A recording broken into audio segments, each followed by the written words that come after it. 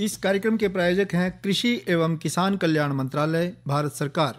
हर जोखिम से निकल कर फसल आए, सुरक्षित हो जाए।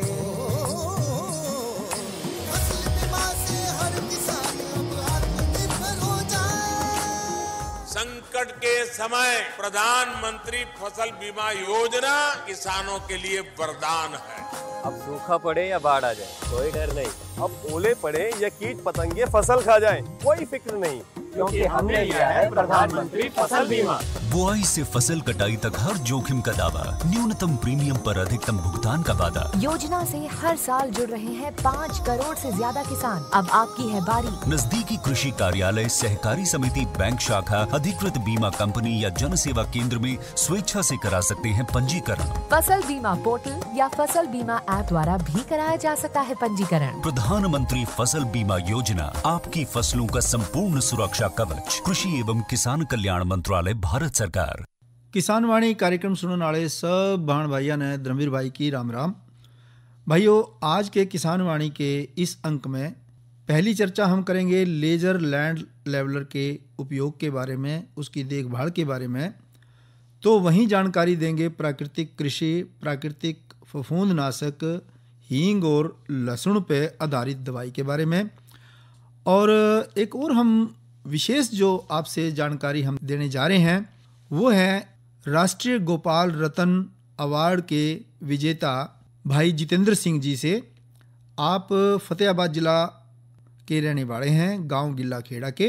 तो इनको राष्ट्रीय गोपाल रतन अवार्ड 2022 मिला है।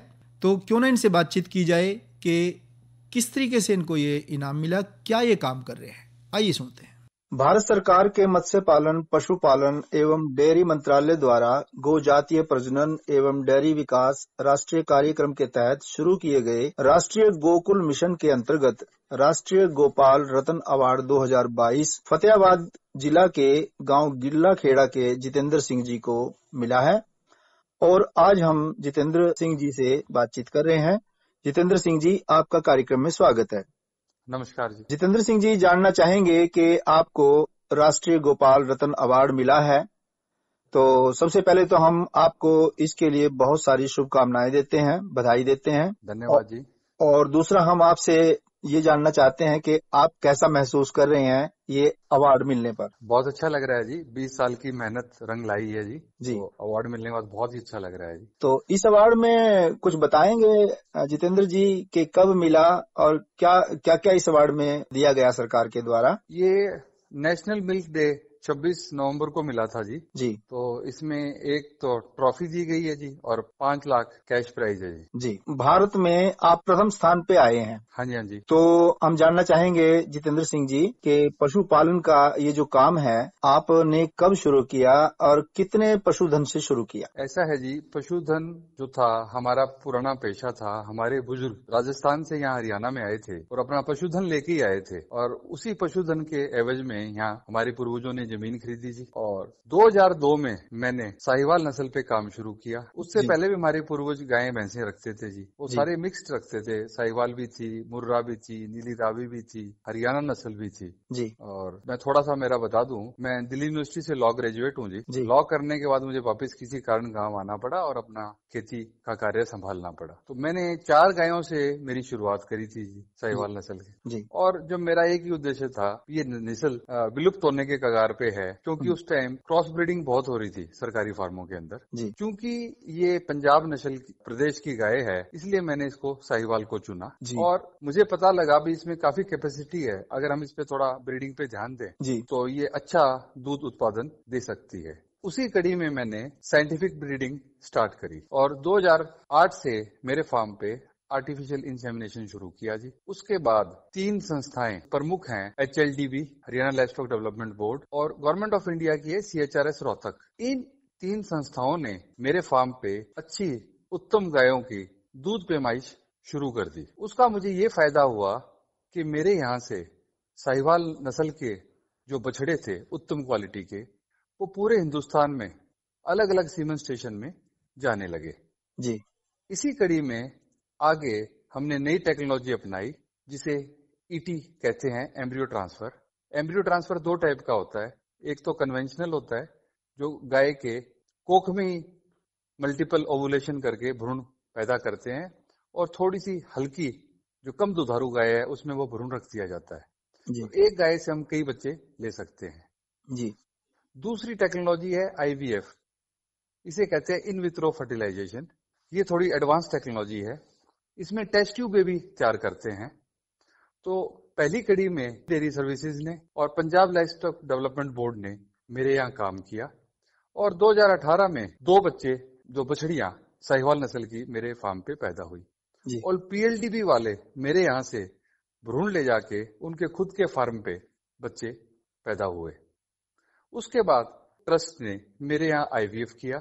उनकी एक मोबाइल लेबोरेटरी थी, उसी लैब में उन्होंने भ्रूण तैयार किए, और जो डोनर गाय थी जिससे ओसाइट्स लिए गए वो मेरे फार्म की थी, और फिर वो एम्ब्रियो मेरे फार्म पे भी इम्प्लांट किए, और कुछ वो एम्ब्रियोस वडगांव ले गए जहां उनका खुद का फार्म था। इसी सिलसिले में हमारी एक गाय से कुछ बच्चे हमारे यहाँ पैदा हुए, 15 से 20 बच्चे एक साल में पैदा किए। उसके बाद एनिमल ब्रीडिंग सर्विसेज जी, उसने यहाँ मेरे यहाँ काम किया। उसमें एक नई टेक्नोलॉजी और उन्होंने करी कि उसमें उन्होंने सेक्स सीमेन यूज किया ताकि 95% चांस बछड़ी पैदा होगी। उनके उस प्रयास से अपने यहाँ 3 बछड़ियां पैदा हुई 2022 के अंदर। और अभी रिसेंटली मेरे यहाँ TAG ट्रॉपिकल एनिमल जेनेटिक्स उससे मेरा MOU है। MOU मेरा राहुरी सीमेन स्टेशन से है, काम TAG कर रही है, उन दोनों का आपस में टाई अप है। तो उसी में भी उन्होंने सेक्स सीमेन यूज किया है जी। और इसमें जो डोनर एनिमल्स हैं वो SAG के हैं, साबरमती आश्रम गौशाला, वहां से वो भ्रूण लेके आते हैं। और उसमें ऐसा है, इस टेक्नोलॉजी का ये फायदा है, हम कोई भी गाय जो अच्छी गाय है, कोई भी सांड जो हमारी पसंद का है, उससे हम मतलब भ्रूण तैयार करा के हमारी गायों में इम्प्लांट करा सकते हैं। और जो हमारे को 3 या 4 पीढ़ी वेट करना पड़ता था, उसकी हम 1 साल के अंदर ही हमारे पास उत्तम नस्ल का बच्चा तैयार हो जाता है। बड़ा महत्वपूर्ण काम आप कर रहे हैं। इस काम में आपको सरकार की तरफ से कब कब और कैसे कैसे मदद मिली? ये जुनून वाले काम है जी। जी, इन कामों के अंदर है, सरकार की बहुत स्कीम्स आती है। सरकार की स्कीम आती है छोटे किसानों के लिए जिन्होंने नई डेयरी यूनिट एस्टेब्लिश करनी है। मेनली उनका जो फोकस रहता है दूध की तरफ रहता है जी। और ग्रामीण उसमें जाके देखें तो अगर हम देसी गोवंश रखते हैं, सिर्फ दूध पे हम सरवाइव नहीं कर सकते जी, क्योंकि हमारे खर्चे ही पूरे नहीं होंगे जी। तो जब तक हम नस्ल सुधार नहीं अपनाएंगे, सिर्फ दूध पे हम नहीं रह सकते। तो इस कड़ी के अंदर अब सरकार ने फैसिलिटी स्टार्ट करी है। ये लैब एस्टेब्लिश किया है, हरियाणा गवर्नमेंट ने भी किया है।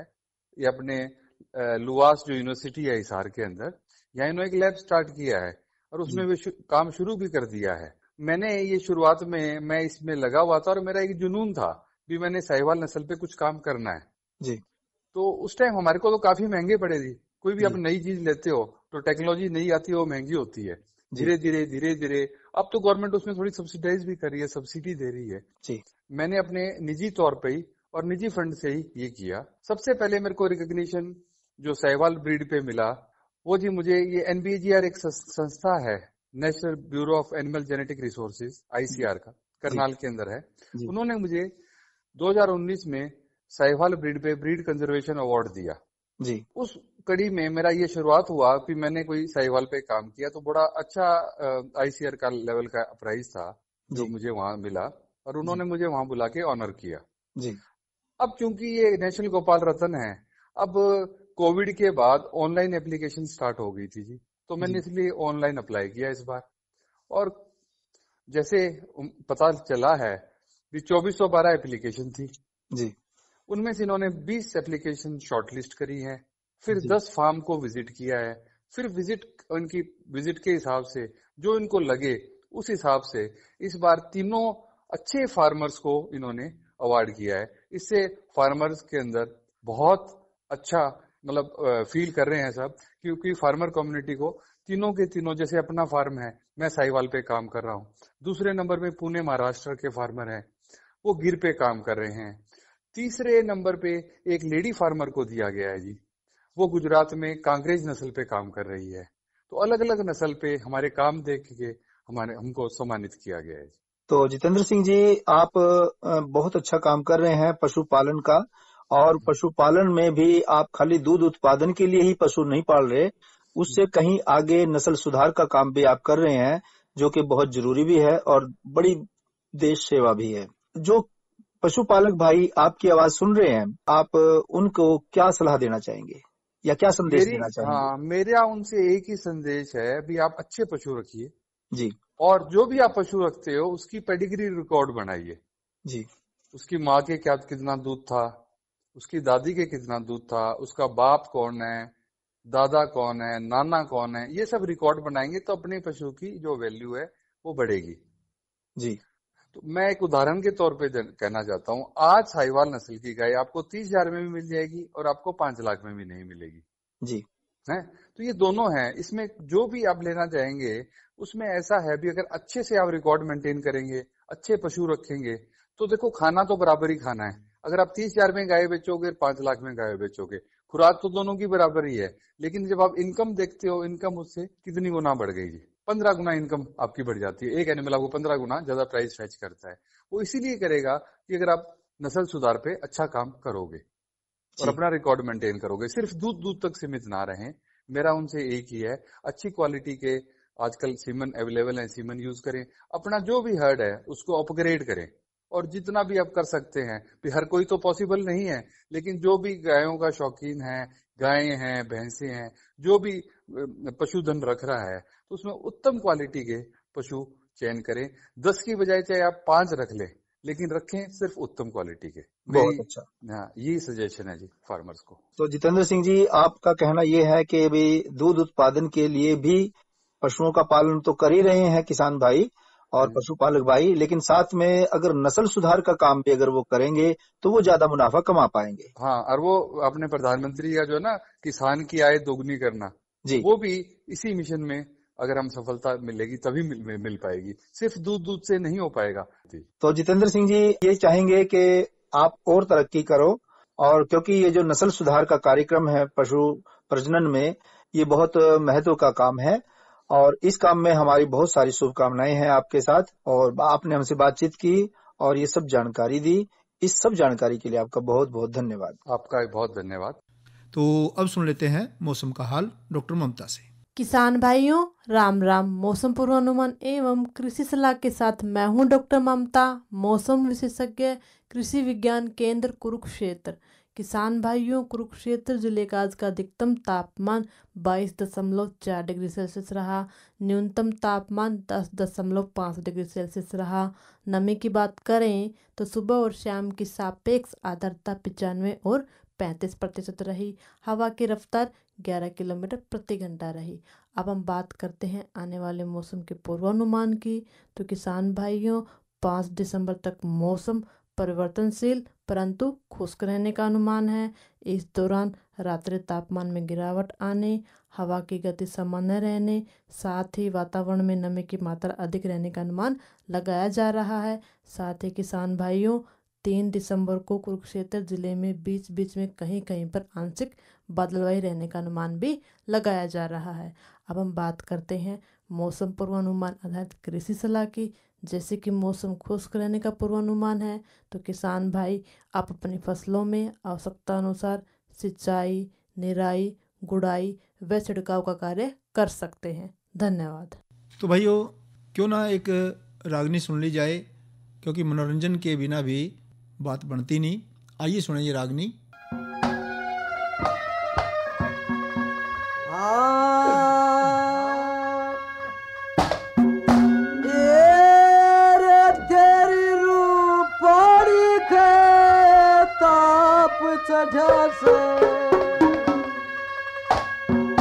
यो खतरा से बीमार हुई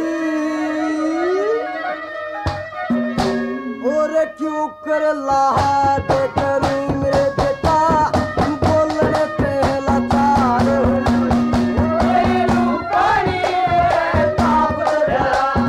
खतरा से बीमार हुई, क्यों कर लाड करूं मेरे बेटा, बोलने पे लाचार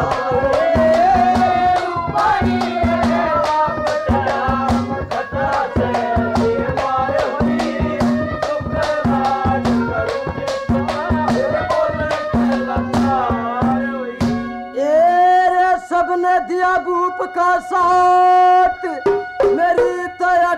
श्याम रणगी बात, मेरी ठो श्याम रणगी बात। और आधी रात लेकर के चली, आधी रात लेकर के चली, वो जीत गया मेरी हार हुई। सब राजमंत्री खड़े लखावे, वो तुरंत सहते पार पार हुई। रूपाई में काप गया खतरा से ये मार हुई। चुप लाज करूं मैं बिता, बोलन से लाचार हुई।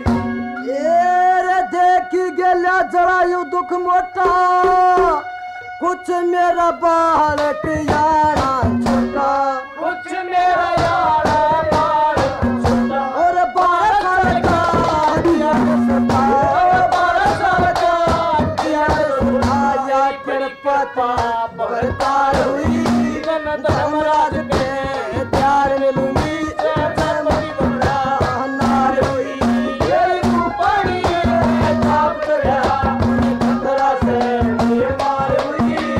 चुप लाज करूं बिता, बोलन से लाचार हुई।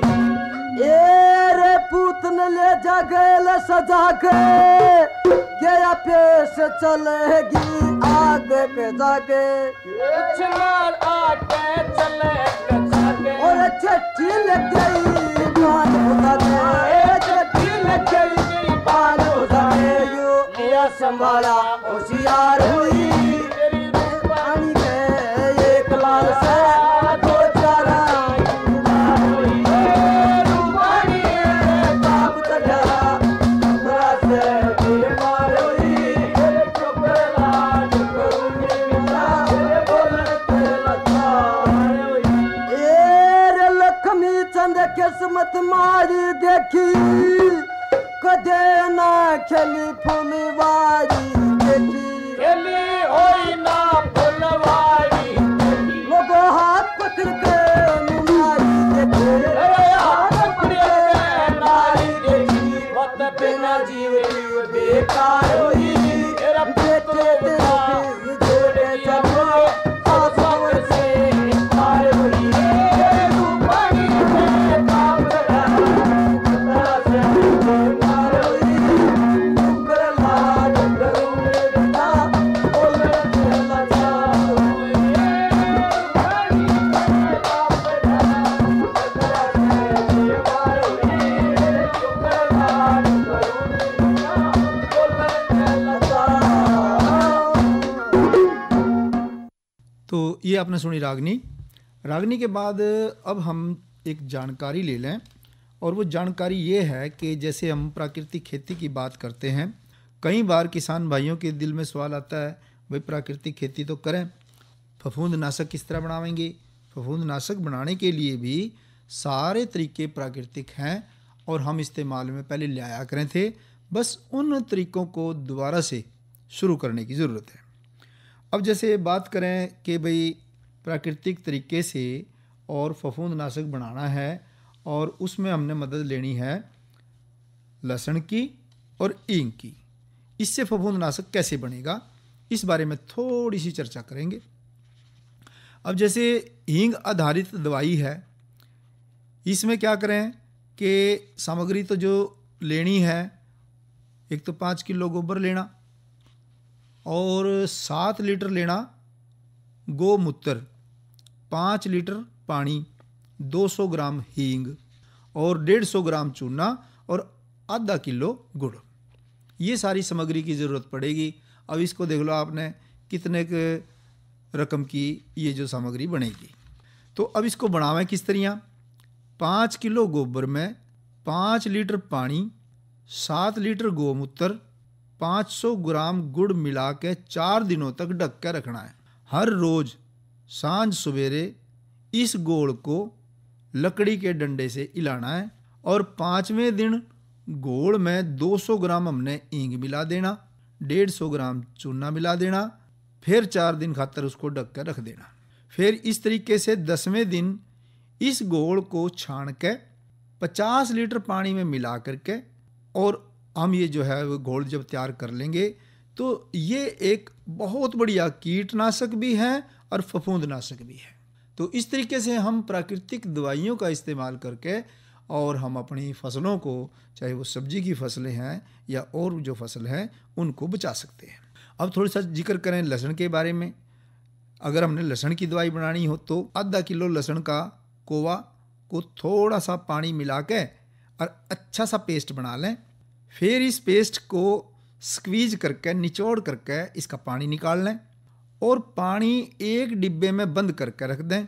उसके बाद लहसुन का जो पेस्ट है इसको 200 मिलीलीटर मिट्टी के तेल में रात भर डुबो कर रखें। दूसरे दिन इस तेल को छान लें और इसके साथ बंद डिब्बे में जो जमा कराया हुआ पानी था वो मिला दें। और ये जो स्टॉक दवा है ये 5 से 10 मिलीलीटर दवाई 1 लीटर पानी में घोल बना करके हम स्प्रे करें, छिड़काव करें। तो ये जो दवाई है ये लाही को नियंत्रित करती है और एक बहुत अच्छे फफूंदनाशक का भी काम करती है। तो अब थोड़े थोड़े से खर्चे पे हम जब अपनी फसलों पे हम इस तरह के काम करेंगे, छिड़काव करेंगे, तो उससे एक तो हमारी ज़मीन की सेहत सुधरेगी, फसल की सेहत सुधरेगी। और जब हम फसलों पर रसायन युक्त जो रसायनों का प्रयोग कम से कम करेंगे तो हमारी जो फसल जो है वो स्वस्थ फसल आएगी और उससे जो फिर जो इंसान जब उसको खाएगा तो वो भी स्वस्थ जीवन की तरफ बढ़ेगा, ऐसा वैज्ञानिकों का मानना है। और इसी वजह से हम जो है प्राकृतिक खेती के ऊपर जो साइंसदान हैं वो बड़ा जोर दे रहे हैं और वाजिब भी है।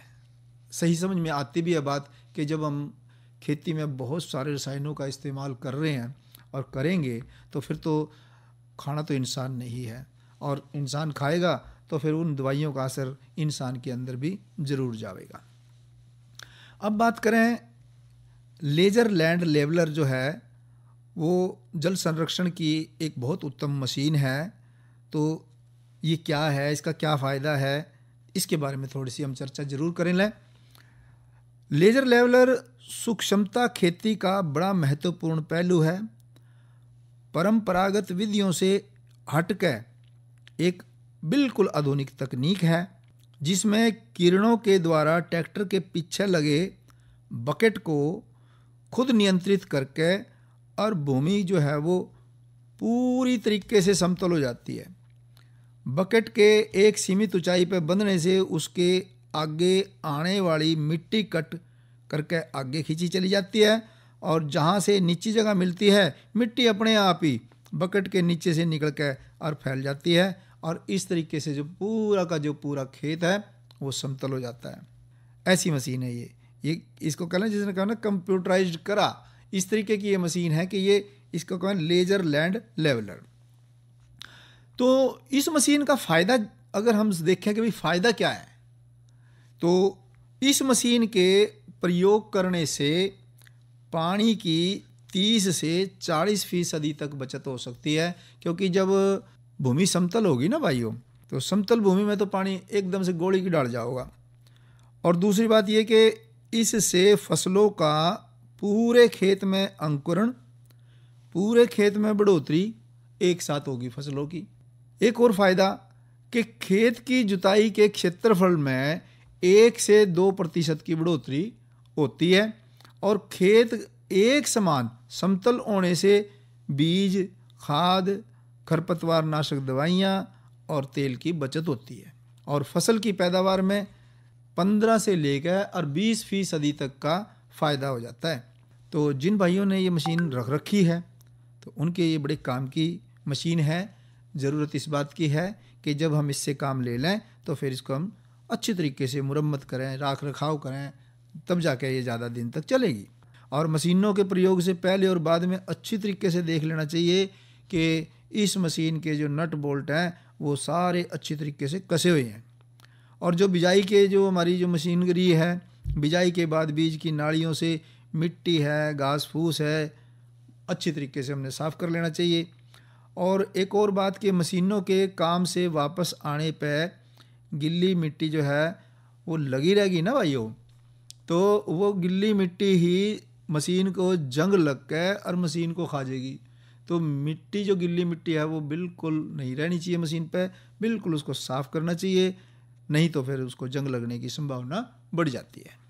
और मशीनों के भागों पर ग्रीस या तेल लगा कर सूखे और छत वाले स्थान पर रखना चाहिए, जिससे क्या है कि मशीनों का जीवन बढ़ेगा और उनकी कार्य करने की क्षमता में भी अच्छा सुधार देखने में आता है। तो अब चलते चलते आपको ये भी बता दें कि कल के किसान वाणी कार्यक्रम में हम क्या चर्चा लेकर के हाजिर होंगे, क्या जानकारियाँ लेकर आएंगे। तो चर्चा करेंगे टमाटर फसल की देखभाल के बारे में। दूसरी हमारी जो जानकारी रहेगी वो रहेगी जीवाणु खाद के महत्व और उपयोग के बारे में। मौसम की जानकारी देवेंगे, आपका मनोरंजन भी करावेंगे। तो ये सब जानकारियाँ लेकर के हम कल के किसान वाणी कार्यक्रम में हाजिर होंगे। अरे अरे अरे क्या कर रहा है? इधर इधर इधर हम बोल रहे हैं तेरे बीजू का। पुतला बोल रहा है? पक्षियों से तो हम खेत को बचा लेते हैं, पर इन घातक रसायनों से कैसे बचाएं? मतलब? देख बेटा, तू जो ये अंधाधुंध रसायन मिलाता है ना, मिट्टी की सेहत बिगड़ने लगी है। और जब माटी ही कमजोर पड़ जाएगी तो उपज कैसे सेहतमंद होगी? अरे पहले ऐसा नहीं था। पूछना अपने बड़े बुजुर्गों से, कैसे फसल लहलहाती थी, शुद्धता झलकती थी। हाँ, माटी भी तंदुरुस्त और लोग भी। अरे अब पहली वाली बात कहाँ? पर अब तो सब यही डाले हैं। सब नहीं, आज भी लाखों जागरूक किसान परंपरागत विधि से फसल उगा रहे हैं। खर्चा कम और उपज की कीमत भी बेहतर पा रहे हैं। सच है? रे बेटे एक्सपीरियंस से बता रहे हैं, धूप में बाल सफेद नहीं किए हैं। हाँ। ठीक है भाई, मैं भी आज से जैविक खेती शुरू करूंगा। माटी से प्रेम की परंपरा है, परंपरागत खेती। तो इसी के साथ ही आज का किसान वाणी का ये अंक समाप्त हुआ। इस कार्यक्रम के प्रायोजक थे कृषि एवं किसान कल्याण मंत्रालय, भारत सरकार। धर्मवीर भाई ने दी इजाजत। अच्छा भाइयों, राम राम।